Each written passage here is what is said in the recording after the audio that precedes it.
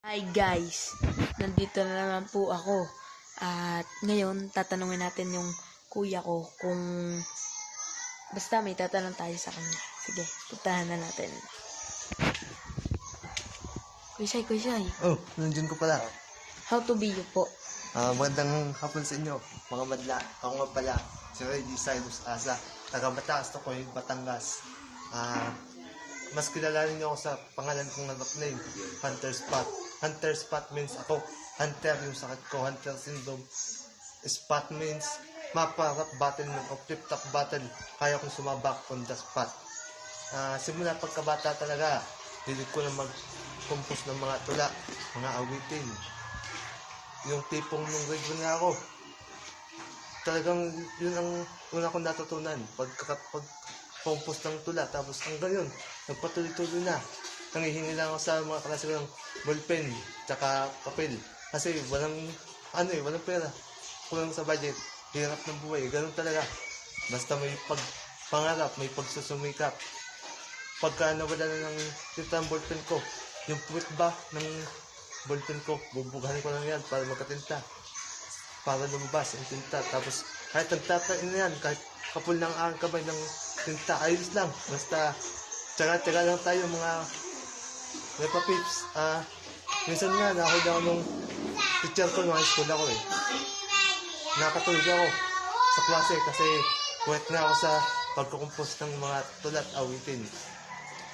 Tinapik ako, sabi sa akin, sabi nila na ako, sabi, sir, sinsya na po, ako po'y puwet kagabi sa pagkukumpos, may present akong rap songs ba sa klase namin sa music. Di yun, nasermonan ako, muntik na akong ma-office kasi sabi sa akin, yan ang pinagagawa mo, yan ang natupag mo kaysa sa pag-aaral mo. Ganun. Sabi ko, sir, pangarap nun ho to.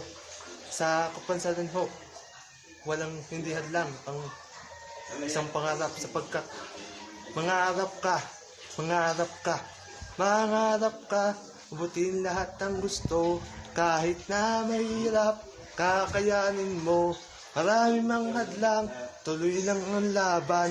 Dahil dito sa mundo, na sumusuko ang siyang laging natatalo. Binabati ko nga pala dyan ang English teacher to, si Miss Weng, na pinagmamalaki ako sa buong klase, buong classroom namin sa Holy Trinity School. Kung gano'ng kagaling na isang kompositor at dakila. Binabati ko din dyan ang mga kapropa ko, kaibigan ko, si Ron, si Patrick nito na ka-flip-top ko dati. Mga tol, ano to? So, ayun guys, na natanong na natin siya. So, hindi ko alam kung susundan ko ba yung yapak niya o wag na lang. Kasi may iba akong pangarap eh. So, yun na lang guys. So, babay ka na.